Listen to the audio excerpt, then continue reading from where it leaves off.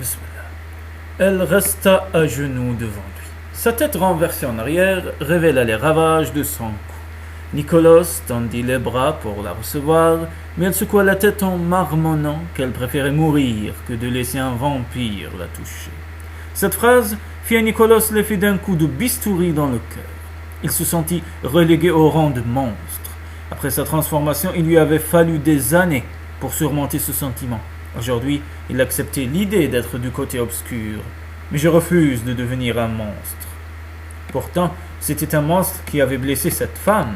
Il n'arrivait plus à comprendre comment il avait pu la mordre si brutalement. Était-ce seulement pour lui faire du mal? C'est faux, et tu le sais très bien.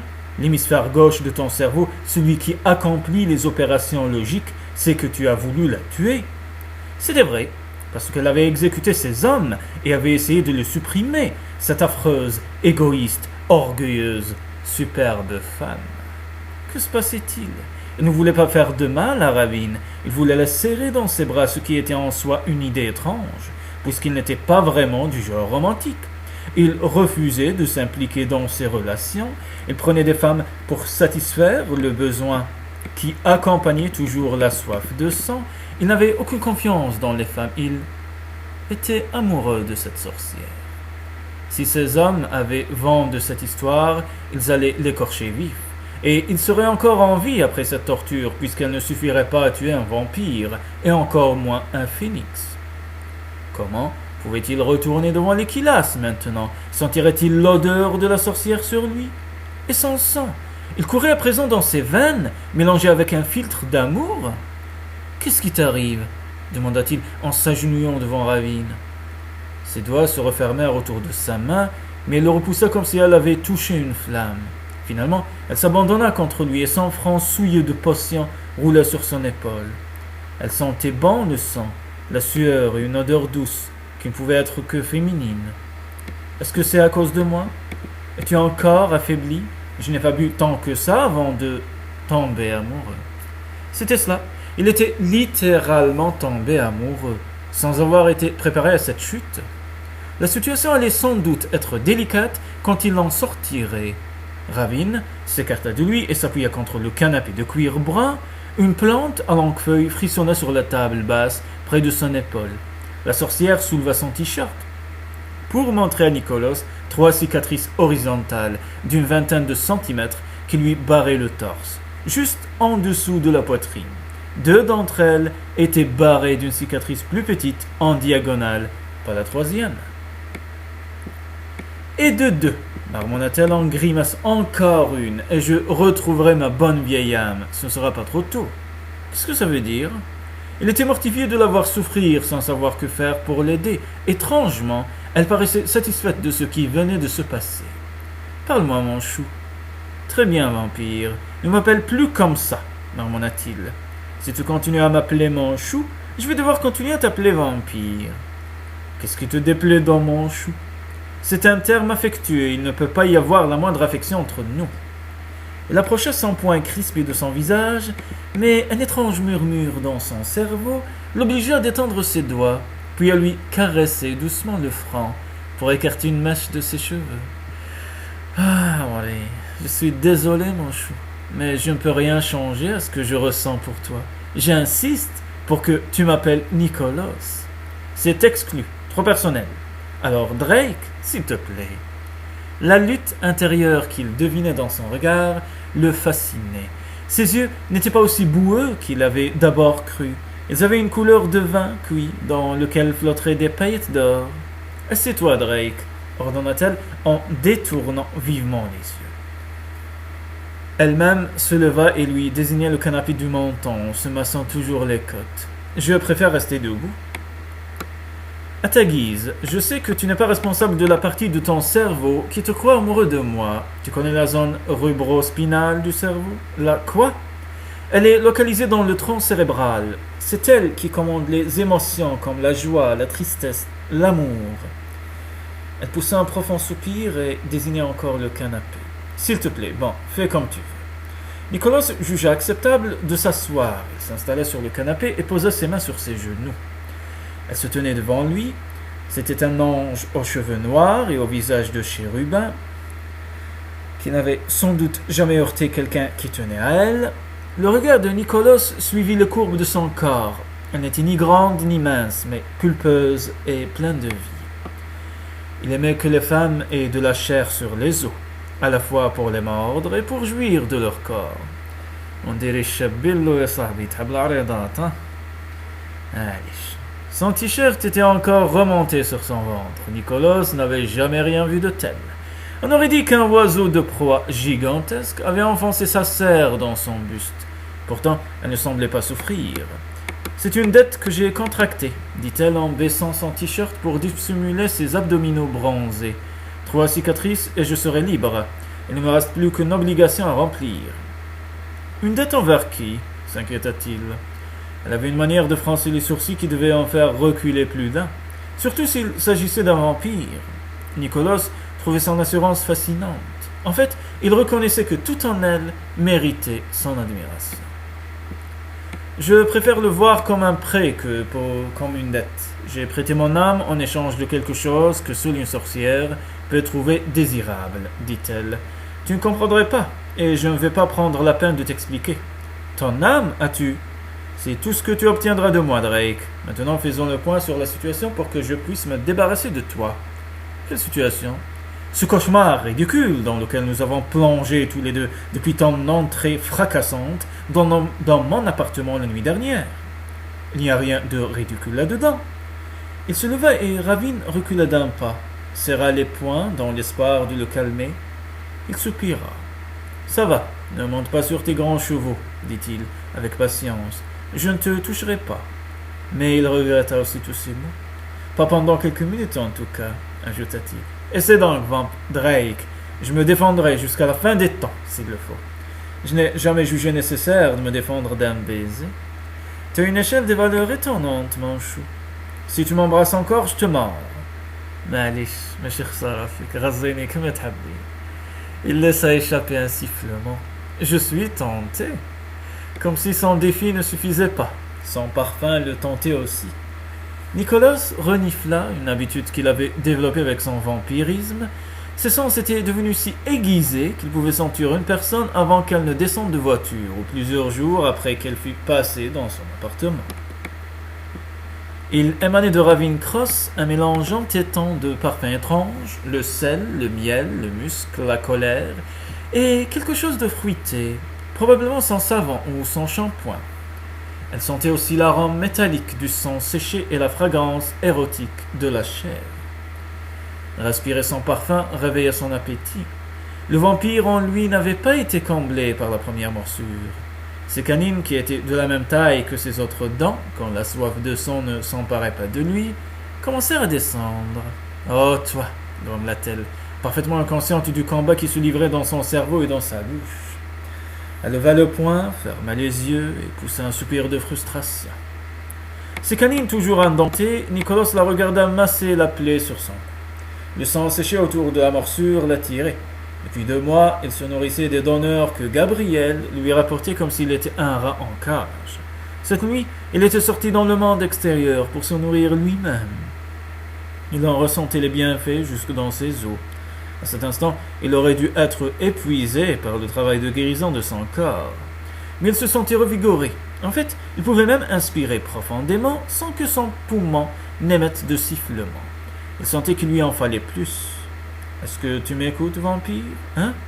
Range-moi ces dents, suceur de sang. Aide-moi. » « Je vais te... » La colère lui fit dresser le poing, mais Nicolas la vit s'effacer dans son regard à mesure que Ravin comprenait à quel point c'était inutile. « Tu n'es pas dans ton état normal ? » répéta-t-elle. « Fais-moi confiance. Je n'ai pas besoin que quelque chose d'artificiel m'incite à t'aimer, Ravin, je t'assure. » Si tu dis encore une fois que tu m'aimes, je vais chercher les pieux. Ils sont aiguisés, leur pointe est remplie de mon sang et par l'enfer. Elle recommença à faire les 100 pas en se passant la main dans les cheveux. Comme si ça pouvait aider en quoi que ce soit, maugréa-t-elle. Tu es sans défense contre moi maintenant, mais je te promets de ne pas te faire de mal. Écoute-moi bien, mon sang n'a peut-être plus d'effet sur toi, mais je suis presque sûr qu'un pieu en plein cœur ferait l'affaire. Malish, galbi rahlik. Pour sa part, Nicolas en doutait. Son cœur s'était déjà partiellement transformé en cendre à cause du sang de la sorcière. Il avait cessé de battre, puis il avait recommencé. Nicolas était certain qu'il était plus résistant que jamais après ce traitement. Devait-il goûter du pieu pour le vérifier? Nicolas secoua tristement la tête. Qu'est-ce que j'ai fait pour que tu sois aussi fâché après moi? Ça y est, s'écria-t-elle en levant les bras avec fureur. Il est temps d'aller chercher les pieux. Attends, je ne sais pas pourquoi nous avons cette querelle d'amoureux, mais... Oh, Marie... Mais très bien. Admettons que je sois sous l'effet d'un filtre. Nicolas fit le tour du canapé pour faire obstacle entre elle et les pieux. Quel que soit l'endroit où elle les rangeait, les mains sur les hanches, elle tapait du pied sans avoir abandonné son ricanement. Cette femme ne savait-elle donc pas sourire? Est-ce que tu m'as jeté un sort parce que nous avions eu une querelle? Demandait Nicolas. Arrête, je ne servirai jamais d'un filtre d'amour sur un vampire. Je méprise votre espèce. Je l'ai toujours fait et je le ferai toujours. Tu comprends ça? Toujours. Mais je vous chasse. J'étais en chasse la nuit où j'ai cru t'avoir tué. C'était un fait, aussi incontestable que son amour pour elle. Son cerveau était capable de traiter cette information, d'y fournir une réponse logique. Mais son hémisphère droit persistait à faire travailler sa part émotionnelle. Se mentait-il à lui-même? C'était de l'ordre du possible, et c'était le plus troublant. Mais nous avons réussi à nous mettre d'accord, non? Non, nous nous haïssons mutuellement. Elle souleva son t-shirt et fit courir un doigt sur l'une de ses cicatrices. Je me suis acquitté de ma deuxième obligation. Maintenant, tu es follement amoureux. Non pas parce que tu le veux bien, mais à cause d'un filtre. Un filtre. Ah, cela avait un sens, même si c'était ridicule. Il n'avait aucun besoin d'un filtre pour aimer cette femme. Elle était parfaite, fascinante, et il avait envie de l'embrasser pour calmer sa colère. Seuls les idiots perdaient leur temps à réfléchir. نستعرف كان هكذاك نبغيك. تحبها يا صاحبي صوتي عليها ديريكت خيي من الاخر. ما تعيني ما تعيها ما تعيي روحك. قاعد تورن autour du pot والاخر يا صاحبي تحبها بوسها. بالتالي les vrais hommes agissaient à Marjada. Nicolas attrapa les coudes de sa sorcière furieuse et se pencha pour l'embrasser. Il avait l'habitude que les femmes se débattent la plupart du temps. Il commençait par séduire ses victimes et par leur faire l'amour avant de sortir ses canines, mais il y avait toujours un instant où elles criaient et se débattaient. Ce n'était jamais long. La morsure des vampires était à peine douloureuse pour les mortels. La défaillance avait vite raison de toutes les résistances. Mais il n'était pas en train de mordre à cet instant, et sa sorcière continuait à rendre leur baiser aussi difficile que possible. Sa résistance éveillait son ardeur. Un coup de pied dans le genou l'arrêta. « Garde ta sale bouche loin de la mienne !» lui lança Ravine en s'éloignant vers la cuisine. Elle sortit une grande croix en argent d'un tiroir, l'attendit vers lui et le mit au défi d'avancer. Nicolas avança pourtant et pressa son torse contre le métal froid. « Zut !» pesta-t-elle en secouant la croix. « Je suis désolé » s'excusa Nicolas. « Mes parents étaient des scientifiques. Ils croyaient à la théorie de l'évolution. » سمعت أمن بداروين معليش تما دير بياسات هكذاك نامبورت كومون تفنهم وابري 20 سنة ولا 30 سنة يولوا ماشينة ولا يولوا اورديناتور تقنبر بيا حنوني. Au voyage dans le temps et à la supériorité de la raison sur la foi, je ne suis pas baptisé. Dommage pour toi. Ravine repliait le bras pour tenir sa croix comme une dague. Nicolas remarqua alors que son extrémité était pointue. D'accord, dit-il en levant une main. Je garde mes distances. Pas de pieux, ça va comme ça? Elle le toisa du regard. Ça va, pour le moment.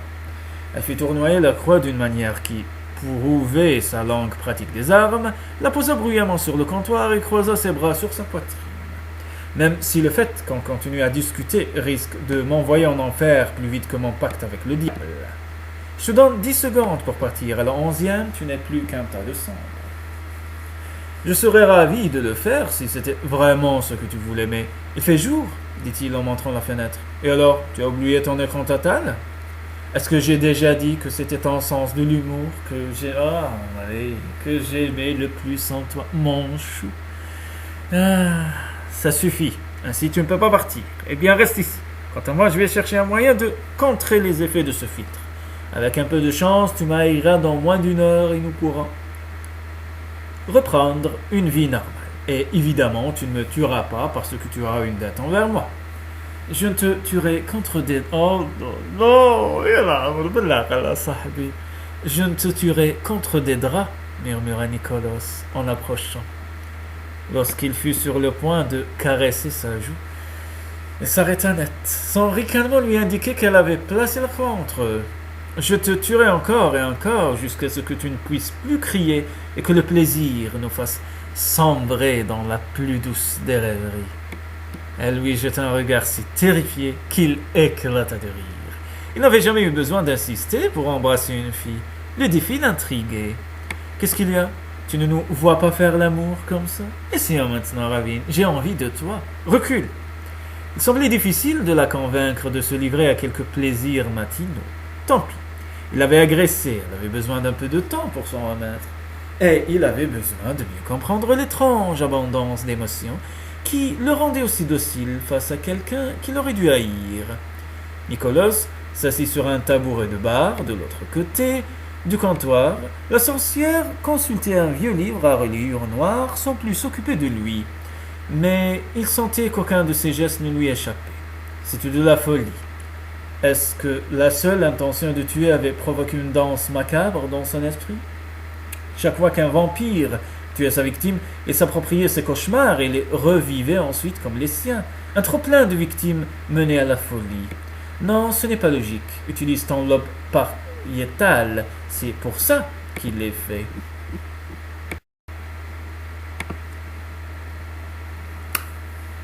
Elle était vraiment séduisante. Nicolas savait apprécier les femmes. Il ne les voyait pas seulement comme des aliments pour sa soif de sang ou ses appétits sexuels, ou les deux. Il savait qu'elles avaient besoin de tendresse, même quand elles étaient en colère. Il fallait les séduire lentement, voyager à travers leur corps et leur esprit. « Qu'est-ce que tu fais, Nicolas ?»« Oh, rien. » Il s'était servi de son prénom, s'adoucissait. Déjà, mais c'était à ses fonctions visuelles et non à sa logique qu'il faisait appel. Tu le fais trop bruyamment? Va t'asseoir sur le canapé aussi loin de moi que possible. Il posa son coude sur le comptoir et se pencha pour rencontrer son regard. Non, je n'arriverai pas à me concentrer si tu me regardes. Alors peut-être que tu feras mieux de faire ça plus tard. Tu devrais commencer par te détendre. Ta colère est si puissante que je peux la sentir. Et tu devrais t'occuper de cette blessure. Comment? Avec un pansement? Laisse-moi la lécher encore. Ma salive va... Si tu poses un doigt sur moi, ou pire, ta langue, je t'arrache les yeux. Tu vois d'où vient toute cette colère? Tu devrais t'apaiser un peu. Elle referma bruyamment le livre et se mit à tapoter le comptoir de ses ongles vernis de noir. Ah, tu m'as une émontilla. Trop mignon. Es-tu une gothique? Oh là là, c'est encore mieux. Es-tu une gothique? Demanda-t-il brusquement d'un ton inquiet. Une quoi? Mais non. Oh, dommage. Tu t'habilles comme si tu en étais une. Je pourrais te dire la même chose, tu portes plus de cuir noir qu'un taureau. Les taureaux sont des gothiques. Tu me cherches? Nicolas répondit à son regard furieux par un sourire. Il adorait son ardeur. Et il était certain que ses sentiments avaient une bonne raison d'être. Je pue, dit-elle finalement. Je sens le vampire, le filtre d'amour. Je vais prendre une douche. Oh, Marine, j'ai une douche, Mac. Je te suis. Je me douche avec un pieu près de moi. Tu n'es pas sérieuse. Viens vérifier, répondit-elle en battant des cils. Allez, je cherche ça, Rafik. Je t'attends ici. Jabin. Certainement pas. Profite du temps de ma douche pour t'éclipser discrètement et ne plus jamais revenir. Et le filtre, je croyais que tu voulais en annuler les effets. Si seulement, mais je ne peux pas. Je fais en sorte que seuls ceux qui les commandent puissent les annuler. Et qui a commandé celui-là? Elle se mordit à la lèvre. Laisse-moi le faire aussi, songea-t-il. Ça ne te regarde pas, alors va-t'en. Si tu veux bien, tu dois bien avoir un moyen de te déplacer dans la journée. Un chauffeur peut-être, des lunettes noires et une capuche. Quoi qu'il en soit, va-t'en. Ce filtre ne t'oblige pas à rester chez moi. Filtre ou non, ceci t'appartient, dit-il en posant une main sur son... Oh lolo, Oh. Filtre ou non, ceci t'appartient, dit-il en posant une main sur son cœur. Il n'avait pas prononcé ce genre de phrase depuis une éternité. Par l'enfer. Une expression exaspérée sur le visage, elle le contourna tout en commençant à retirer son t-shirt. Nicolas bondit de son tabouret. Ne sois plus là quand je sortirai de la douche. Je ne mentais pas à propos du pieu et je n'hésiterai pas à m'en servir. معليش قلبي راه ليك دقيها الغدوة الصباح. Il jeta un coup d'œil par la fenêtre et vit la lumière du soleil dessiner les contours des bâtiments. Il avait bien un chauffeur, mais partir n'était pas la solution. Tu ne te débarrasseras pas de moi aussi facilement, cria-t-il derrière elle.